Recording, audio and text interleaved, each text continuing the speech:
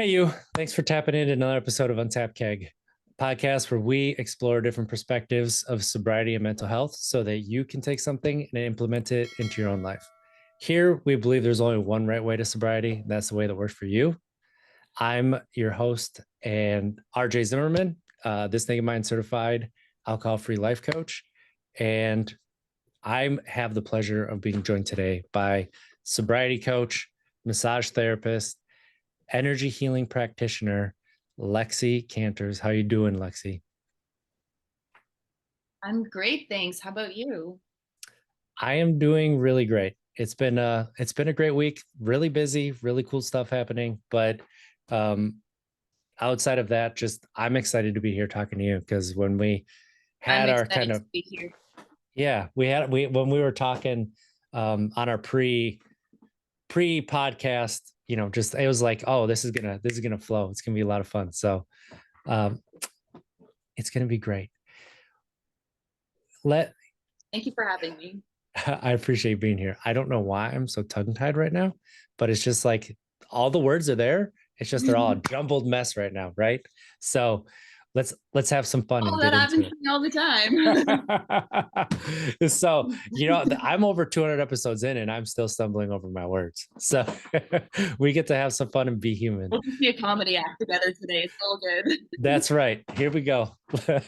So Lexi, if people could you give us a little background on yourself and how you got to where you are?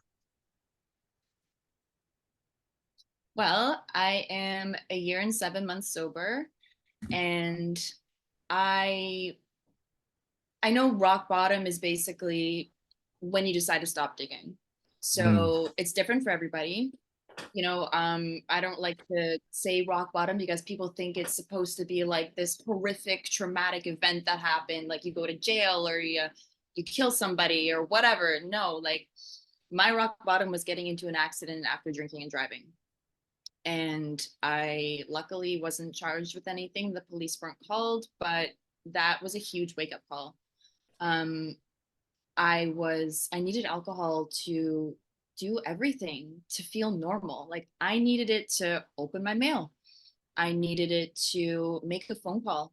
I needed it as soon as I came home from work. I needed it in my car to go to the grocery store. It was a problem, and parts of me saw it, but bigger parts of me denied it because it was working for me. It wasn't, but I thought it was working for me because I could function normally. I could still do the stuff that I had to do.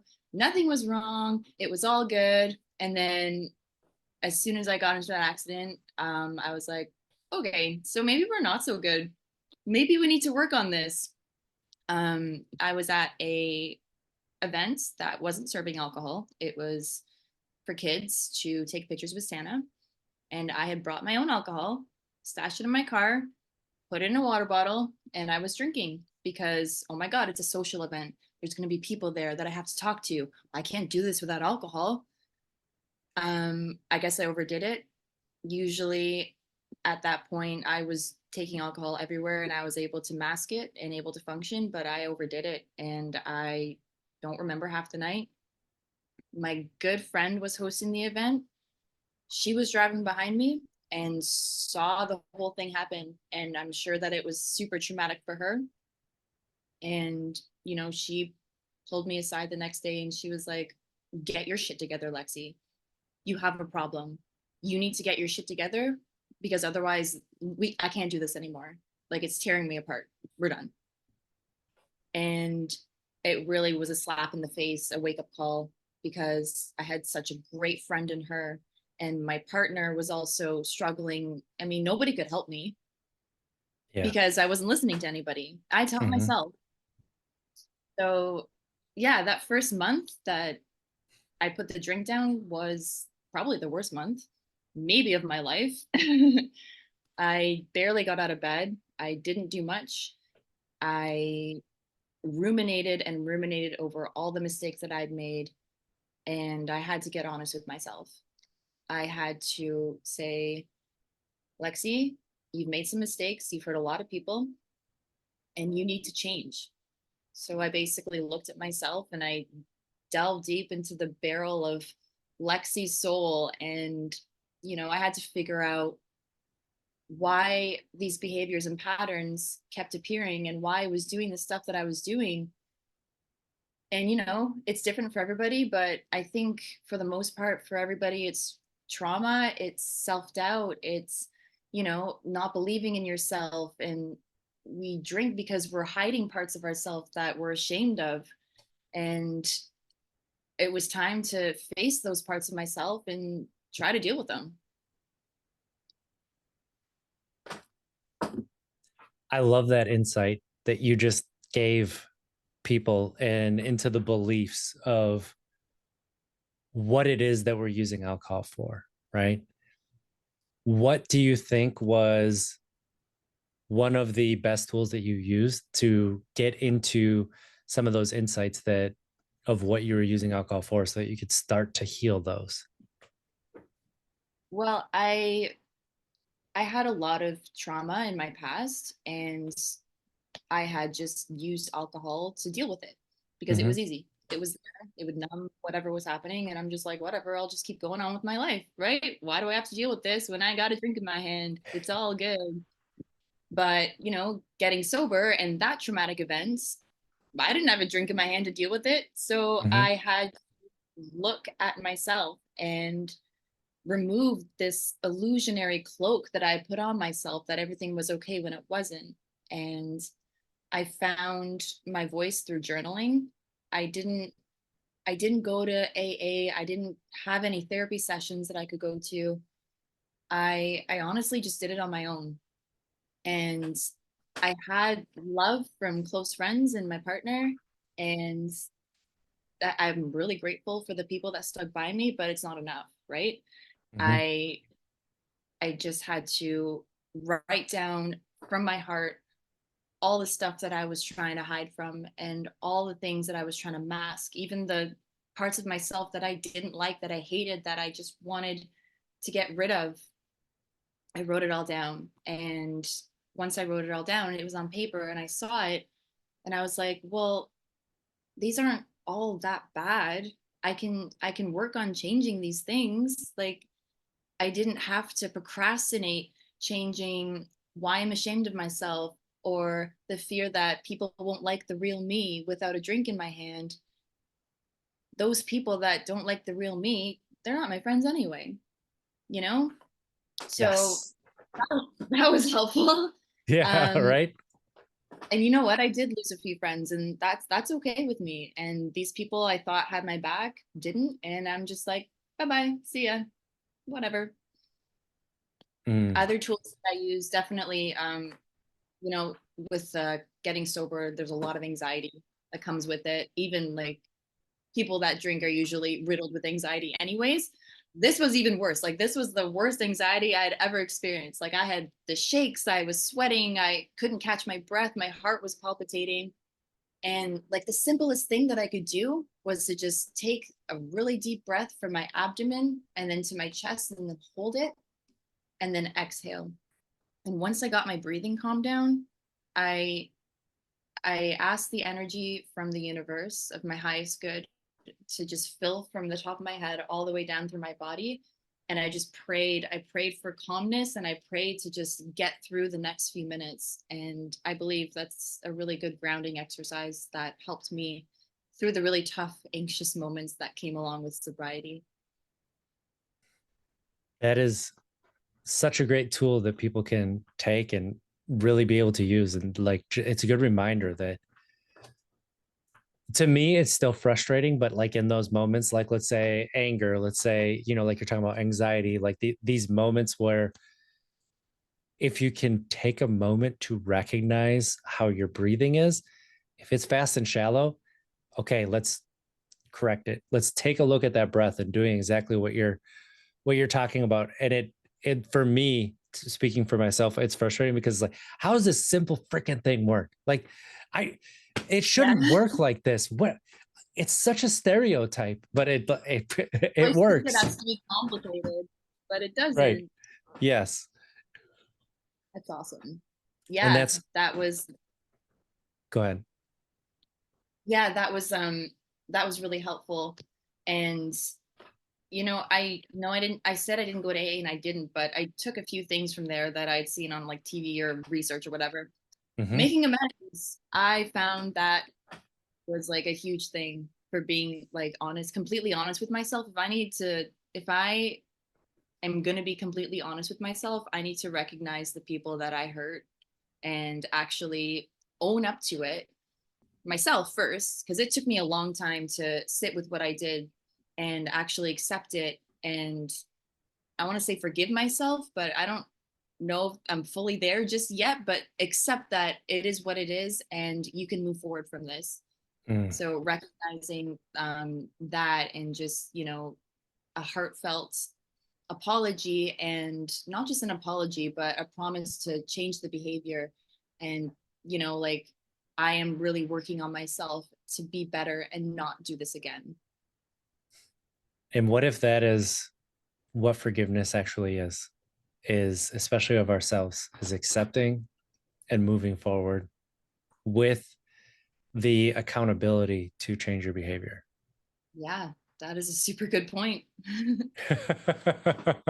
And I'm saying this as somebody who, that was my biggest struggle for years, was forgiving myself, let alone everybody else that was, um, they did wrong by me, honestly, but just like forgiving myself too, because if I am mad at them, how can I not be mad at myself for the things that I also did, and then mad at myself tenfold?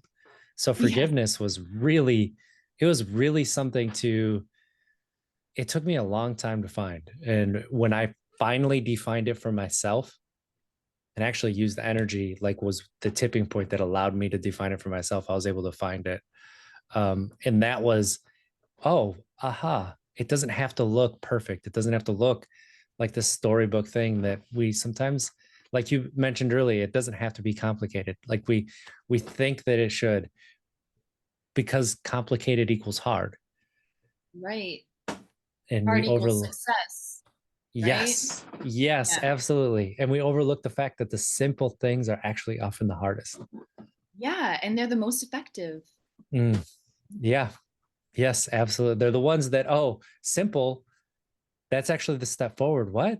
No, I Yeah, have to do all of this first before I get to take the step forward. exactly. It's a stereotype that I really wish that wasn't there, because it'd be so much easier for people to do it. Hmm. Absolutely. And with that self honesty that you're talking about, do you feel like that was the simple thing that you could do to then find those steps to go forward? Yes, I mean, it was hard as hell, Yes. but it is a very simple concept. Like, wow, just be honest with yourself. Stop lying to yourself, Lexie. Stop hiding parts of yourself, Lexie. Just be your full self, and whoever likes you is great, and whoever doesn't, screw them. It doesn't matter. It is so simple when I look back on it. But if I put myself back into that situation of trying to actually do it, it was probably one of the hardest things I've done. But yes, to answer your question, that was the thing that I needed to do in order to really move forward and start flying down my path as a sober person. Mm. How long do you feel it took you be to actually be honest with yourself? That's a good question. Um, Definitely, I'm going to say a month. But that month, I just let myself feel everything that I hadn't felt in so long. And I allowed myself the space to just kind of grieve over all the shitty things that I did and all the stupid circumstances that I was a part of and the crap that I let people do to me. I Mm. let myself feel it. And that was really eye-opening, because once you feel it, you can heal it. If you don't feel it, you can't heal it, right? Oh, yes. Yeah. And that's scary, especially when you haven't been feeling before, right? That is it, it is scary. Um, Terrifying. it made me chuckle when you said it took you a month to be honest with yourself, because it took me 6 years. So Wow. So, I mean, it just lets people know, like I said at the start, that this journey is your own, right? It's unique to Yeah. you. Don't let somebody tell you that you're doing it wrong. Don't let somebody tell you that you're taking too long, that it's yours. Take Like, it and did make it yours. today? No, you didn't drink today? Well, then you're doing okay, you know? Yes, absolutely. And just what you're talking about too, of having these breaking things down and having that the breathing exercise that you talked about and just how you framed it from instead of being like, I'm just not going to drink and get, it was like, okay, I'm going to get through this moment. How can Yeah. I get through this moment? And that's really important because life gets lifey, right? It gets shitty. It gets just pile on top of pile, overwhelming for sure. And so you sometimes you have to break it down to that moment to moment instead of Absolutely. yes, instead of Even like when you're like 10 years sober, like you mhm, still sometimes have to break it down into just, oh my God, I just need to get through this moment and then it's going to be okay. Don't focus on what's coming. Don't focus on what happened. Just this moment, being present, and cultivating that through breath work, through grounding, through meditation, whatever works for you, and just allowing yourself to get through the moment. yes, to get to that next place to you can Yeah. reevaluate when you're when you're through the mess, when you're through that shit. And it does it the thing is like it looks different. Like as you get further down, it does look different. There are different times, different ways it shows up. Those tools that are there can always be fall you can always fall back to them. And they might change and adapt with you, but having those as your core goes so far. And I really like that self-honesty one that you're talking about because even, me being 10 years not drinking, like if I'm not honest with myself about what I'm feeling or what's going on right now, I can't address it. And then if I'm not honest about what I'm feeling, like you said, you can't heal it, you can't process it. It's just going to get stuck there. And that's not fun. I get stuck and it's gonna explode one day. It's not good. Yes. Yes, absolutely. What has been what has been really effective for you when it comes to allowing yourself to feel what you're feeling and then being honest about what it is that you're feeling? What has been helpful for that? Yeah. So I'm a lot of people are external processors. I've Hmm. noticed, like verbal processors. Like my partner is a verbal processor. Like she needs to talk through everything, even like narrating her life. It's hilarious. But like I am an internal processor. Like I need to think and not speak and just be with whatever I'm feeling or whatever's happening in order to just kind of move with it. So what helped me with the feelings, with the self honesty, is just, and it's different for everybody, but what worked for me was just being in a quiet space and allowing things to come as they came and not judging them, not putting any expectations on them, just allowing them to be with me. And whatever it was, the anxiety, the anger, the sadness, the fear, my God, the grief, the everything, I just had to let it be. And I had to be with it in silence to really recognize it and to get to know it. And getting to know it was really what pushed me over the edge of getting through it. Because once I knew it, it wasn't so scary. It was like I took the mask off and it was like, okay, so your grief, I felt you. I felt you strong and I felt you for days, weeks, months, whatever. Now I can just let you go and move away from you. I'm going to take some steps away from you now. Mm. I like how you put that in the removing the mask, and like what came to my mind was Scooby Doo, blasted meddling kids. Like it's that so much fear there. You take the mask off, and it's just It's someone you oh know. yeah, Yeah. exactly. And it's just like oh, it's you, You're not that huh? scary. Absolutely, and that unknown is the scariest thing. So, But it's funny because we put ourselves in the unknown by drinking. That's where we live. We live in the unknown. yep. And that's the scary part, not the other stuff. That's the scariest part of it all. Yes, it is. And that's when you recognize that that's what you were doing all along. Oh, just thinking about that. And really, the pop culture talking about shadow work as much as they are. And that's really what we're talking about, right? With the shadow work and looking at those parts of yourself that you don't want to shine a light on, but taking the mask off of those so you can actually have a look underneath and be honest with yourself is so powerful. And with that shadow work, like looking at what you're trying to control and understanding that that's what you're doing. Yeah, And then that's how you release it. That's how you let go. That's how okay, I'm trying to control the external thing. I can't do that. I can control the internal, how I'm showing up, how I'm moving in the external. What can I shifting from the external outcome kind of a thing to that, okay, now I can just control how I show up. And you exactly. take that weight off of yourself. Yeah, because once you control your external will kind of reflect your internal. Mm. And that goes from when you're out of control internally and when you're in control internally. The same goes. Your external, I feel, always follows your internal. I agree with you there because when you're internal and you're looking at it and you're being honest and you're actually able to appreciate the things about yourself that you should be appreciating, what are you going to notice and focus on in your external?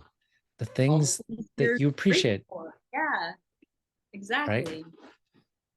And the opposite is true. Like when you're hard on yourself and you're judging yourself and you're looking at all those things you should be doing better, what are you looking at in the external? What are you You're looking at? judging everything. Absolutely. And so like just how you can shift that view of yourself internally and just how quickly it can shift your perspective of the external. It really is powerful. And that's where people get into like the woo woo stuff. Like, oh, that's just woo woo. I don't understand what that could be. But then as you start to work through it, it's like, oh, this actually makes more sense. Okay. Changing. It really is. What helped you to be able to shift that internal focus that you had it onto where you are now? Well, so I guess I had a bit of a conversation with my inner child. And I know that might sound kind of weird, but little Lexie was hurting, right? She didn't feel loved. She didn't feel like she was worthy. She didn't feel like she deserved to exist. And as a child, that is true for me. I really just I was a sucker for punishment. I wanted to punish myself. I didn't feel like I deserved to exist, and I self harmed a lot. It was it was just bad. So that little girl was still inside of me, and she was still hurting, right? She was in pieces. So I kind of did a little meditation and I brought her forward and I told her that, you know, you don't have to feel this way. Things can get better for you, and you are loved and you are supported. And look around you at the people who still stand by you and who have your back, who are in your corner. Look at all the work that you've done. You can put yourself back together now, and it's okay to feel safe and it's okay to feel loved.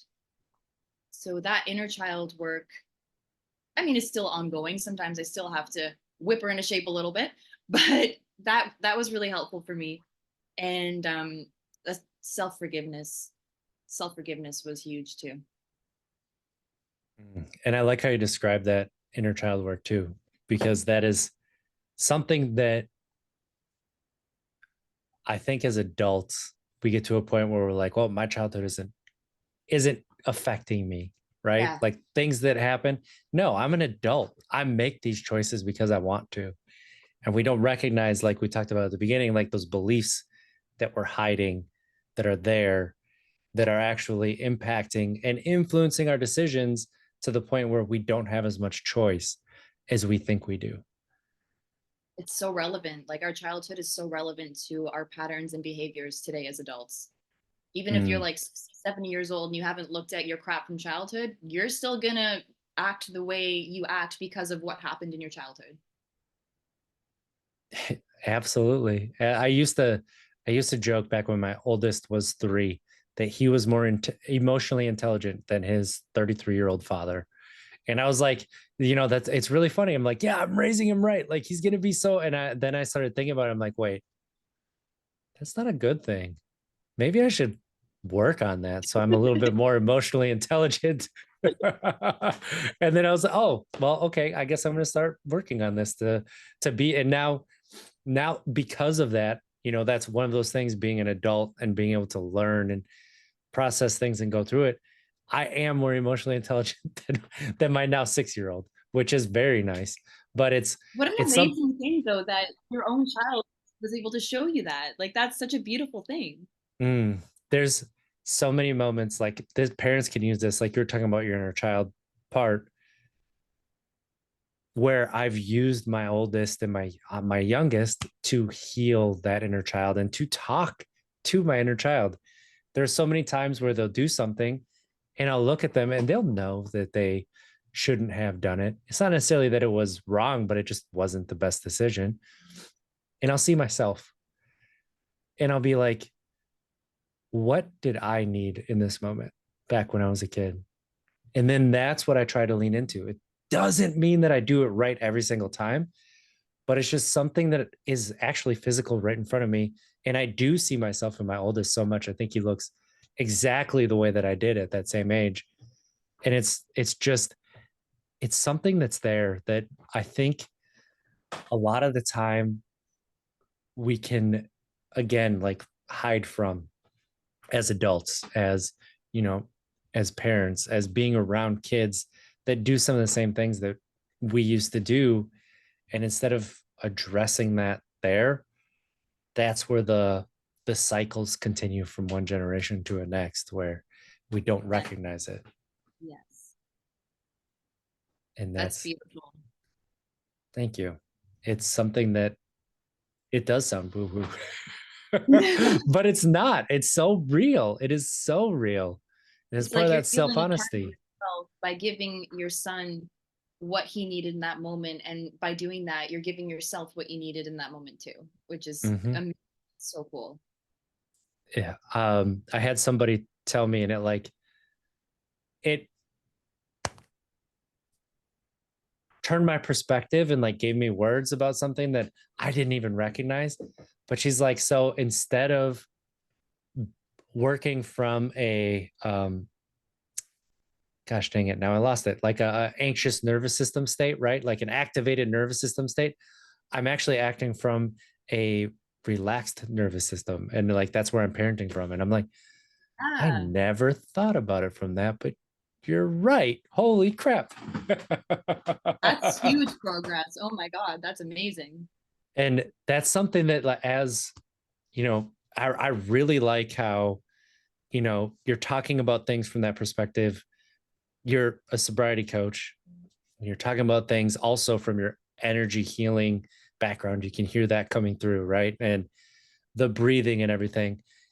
And as Western science is proving these Eastern philosophies and these things that we've human wisdom has known and come to so many different times throughout, Yeah. our the lifespan and our existence and everything, how much we're learning about the nervous system and how it plays into our daily lives, and how Yeah. that the healing your nervous system really is in that shadow work that we talked about earlier.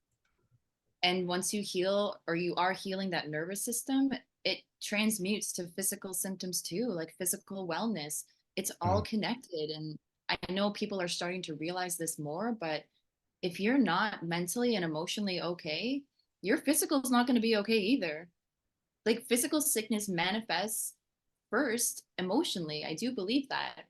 And if we just hold on to these emotions for so long, it's not only going to make us mentally unstable or to reach for the drink or whatever, it's going to make us physically sick. And I'm really glad that society's recognizing that more and more. How have you seen you being able to shift your understanding of yourself and your nervous system in how you talk to yourself internally? How has, sorry, it cut out just a little bit. I'm just Yeah. going to try to repeat the question. How do I talk to myself internally? And what was the first thing? Like, as you've had this understanding of your nervous system and how it shows up, how has that shifted how you talk to yourself internally? Um, I, I, okay. So when I first started becoming an energy healing practitioner, I was 18 years old. I was really young. I'm 33 now. And I had just gone through a lot of trauma, but I was trying to work on myself energetically and emotionally so I could help other people that had gone through similar traumas. So back then, I was starting to really play with fixing how I talk to myself and saying, instead of saying, I'm so stupid, you can kind of counteract that with a truth about yourself. So I'm intelligent in the way that I perform XYZ. I'm so stupid. No. I have many assets in terms of ABC. So it's basically just like redirecting your thoughts. And even if you don't believe it about yourself, like you don't have to say, "Oh, I'm so beautiful. I'm the best. I rock at this, blah blah blah." It's not about that. It's just noticing when you say things like, "Oh, I'm a terrible person." Well, no, you're not. Maybe you've done some terrible things, but you're not a terrible person. You're working on yourself constantly to be better each and every day. And that is an amazing person. I don't care where you are in your journey. If you're working on yourself every single day, you are killing it. So, redirecting the thoughts has been a long process for me. And yes, over the years, it has gotten lost and jumbled. And definitely within the last 3 years that I was drinking, I had lost a close friend of mine, and I then lost my mentor. Um, so I was like, fuck it, I don't care anymore, and just drank. And all of those negative thoughts, I just let encompass me. So on my sobriety journey, I went back to that redirecting the thoughts, like, oh my God, I'm worthless. I don't deserve to live. And then I was like, oh, okay, I'm sober now, so I can recognize these thoughts. I'm worthless. I don't deserve to live. Ooh, that's some pretty dark stuff there. Let's redirect that. Um, so, I do deserve to live. Everyone deserves to live. I haven't killed anybody or hurt any animals or anything like that. I have hurt some friends and family and my partner, but I can rectify that. I can make that better. Um, I I just really think that it is not a one-time thing when you redirect your thoughts. It is a constant thing. Like I'm still doing it today. Like if I notice a negative thought about myself or about a situation, I still try to counteract that with a positive truth. Like, oh my God, I'm not busy this week. All my clients are busy with end of school exams, blah, blah, blah. I'm so poor, blah, blah, blah.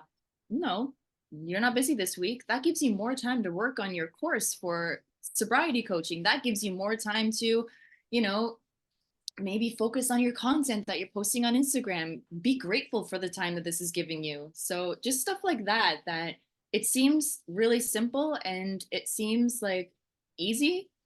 It is simple. It's not easy. Absolutely.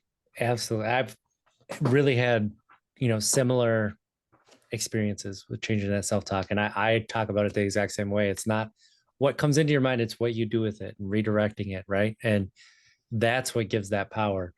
Um, Something that you said there about damn it, and I lost it. I had it. And it was something that I was like, ooh, that's really, I really like how you put that.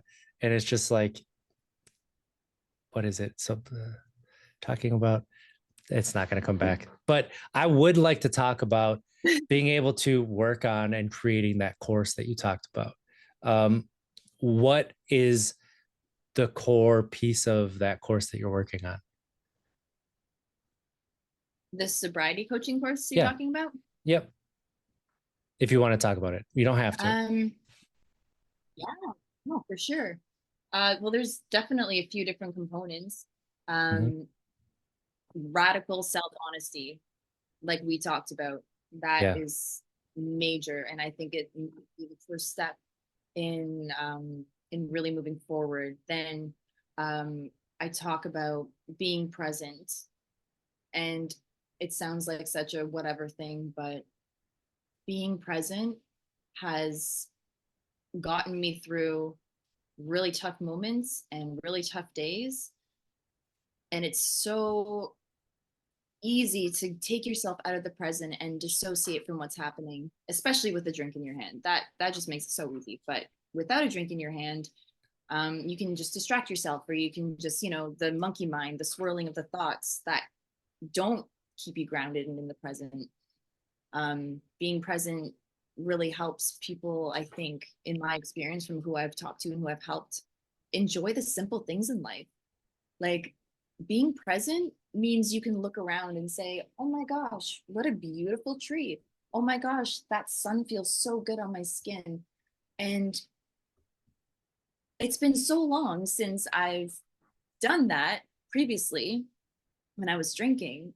When I came and gotten sober and I was present in my body, I was like noticing all of these beautiful things around me and recognizing that the present moment is the only thing that's real, the only thing that exists.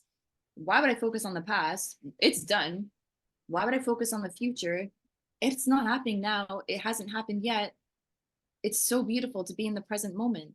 And the present moment is safe. And I think that was a big thing for me to realize, this being safe in the present moment. It's okay to be safe in the present moment. That's really powerful. Were there some things that allowed you to work up to feeling safe in the present moment? Yeah. Um, Definitely meditation. And this is like, the word meditation is so vast, right? But what works for Yes. me is, I consider exercise meditation. For me, it is so grounding, and it keeps me in the present moment. So um, my wonderful friend Irene has a boot camp, and she is like the best human on the planet and the best trainer that could ever walk this earth, in my opinion, my very humble opinion.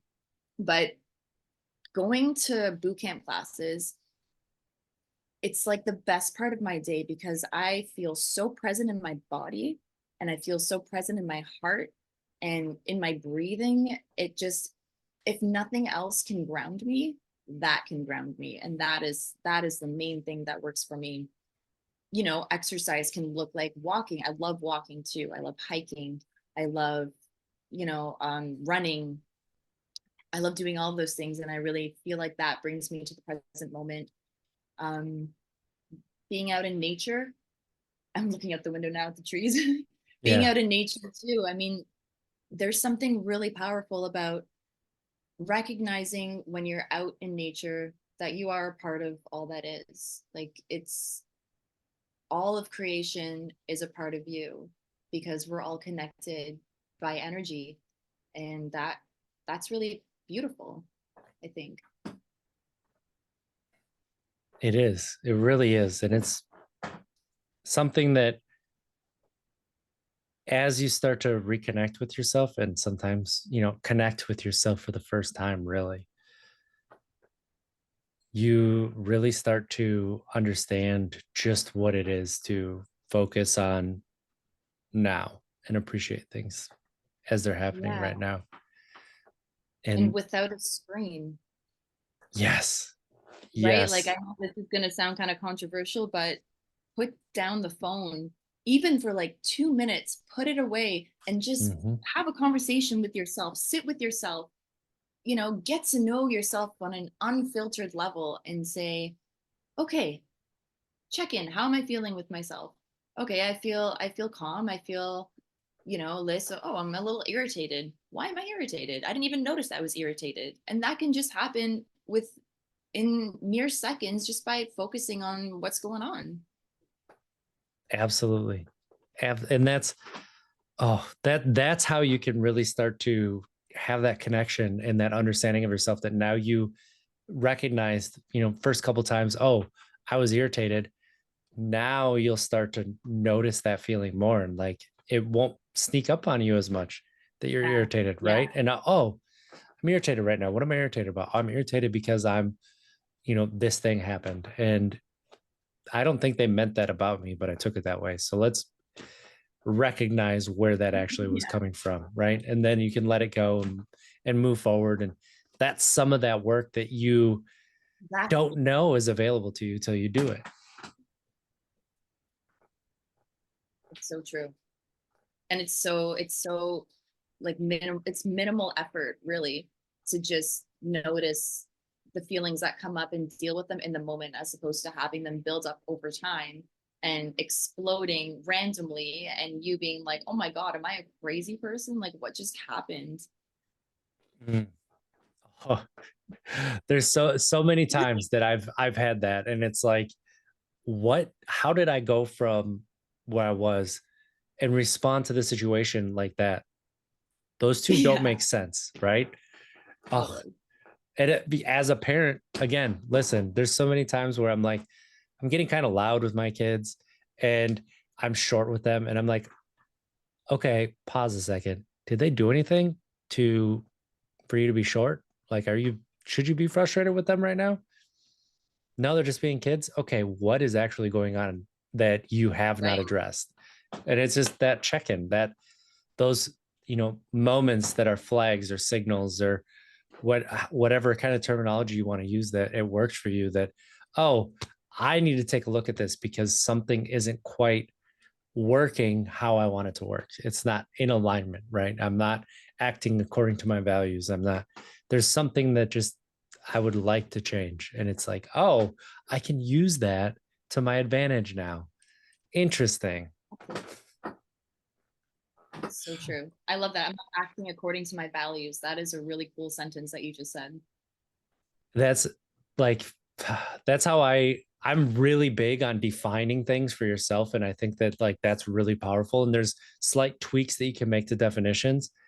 And I found that when I talk about being in alignment, that's the best way that I can define it for myself, is, am I acting according to my values? And like that's how I could be like, just break it down in a way that I can take a look at it and like diagnose things. Um, Amazing. I appreciate you pointing that out too, to have me expand on that a little bit, because um, sometimes I tend to gloss over those things. But Lexi, there's so much that you've talked about, but one thing that I wanted to get back to was when you were talking about your external versus internal processor. How can people start, who are external processors, be able to utilize some internal processing strategies to be able to do some things for themselves to look internally? So I find, and I know a lot of external processors, and I know a lot of internal processors. I live with an external processor, which is, it has its challenges as an internal processor, which I'm sure it goes both ways, right? Mm-hmm. So what I've noticed with external processors is they can be very fiery, and they can be very verbally explosive about what appears to me to be a little thing. What I've learned is that that is just how they process what's going on around them, what's going on in their life. And sometimes it's great to get it out, but sometimes it's actually not helpful, and it's not conducive to actually moving forward and dealing with what's going on. So, again, with the mindfulness exercises, actually, I don't even think I talked about mindfulness exercises.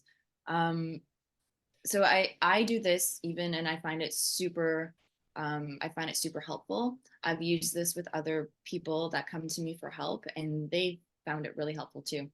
So I just kind of get them to close their eyes and tune into their surroundings and take a couple of really deep breaths. And then I get them to focus on three things that they hear. And it can be anything. It can be the rain falling outside. It can be a car driving by. It can be a clicking of a ticking of a clock. Oh my God. And just tune into those three things and notice them. Don't label anything as bad or good, annoying, just without judgment. And then I get them to notice four things that they can feel.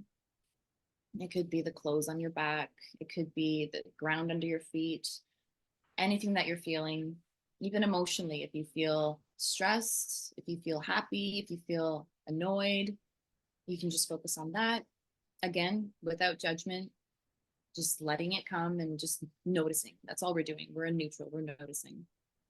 And then keeping their eyes closed, I get them to just take a couple deep breaths, really, really deep, like from your diaphragm all the way into your abdomen, and try to find a place of neutral. If you want to focus on some things that you smell, if you want to open your eyes and, I mean, for me, that would be like really stimulating because there's so many things to look at. But if you want to open your eyes and focus on things that you see, it's just bringing yourself back into the present using sensory things that you can sense and hear and feel, and allowing yourself to notice these things without judging them or deeming them good or bad or clean or dirty or whatever you may think. And for external processors, I feel like this is really good because it just brings them out of their external and more into the internal, and to focus on things that are around you and to notice physically what you're feeling will just maybe bring them a little bit more internal so that they can process whatever it is they need to process.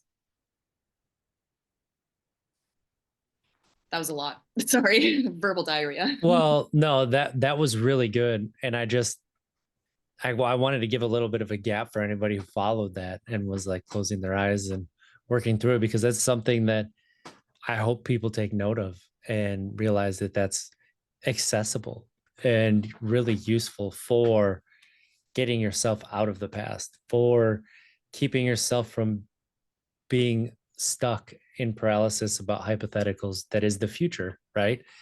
And that is what, when you talk about mindfulness and you're talking about meditation and how, um, you know, the gym being meditative for you, like sometimes we think meditation is only on a seat cushion with your, Right.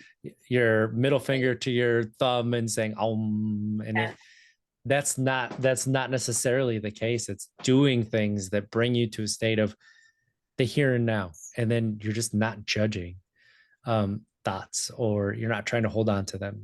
You're actually, it's not that you're not having thoughts, it's that you're not stopping them from moving. You're just letting them go, right? And that's Yeah, something that is, neutralize. yes, absolutely. And that's a difference that people don't realize because of sometimes those pop culture things that they break things down in a way that actually isn't useful. Um, Yeah. And it has to yeah. be this way. It has to be that way. No, it can be anything that brings you to the present moment. Literally anything. And that gets back to when it comes to stopping drinking and sobriety and recovery and so many different things. And we talked about it being unique to you. It doesn't have to be anything but what works for you. And that goes for just about anything in life And absolutely, I agree 100%. that sets you free. Lexie, this has been a lot of fun. If people want to keep up with you, what is the best way that they can do that? Well, they can follow me on Instagram. My Instagram handle is the sober experience underscore with Lexie.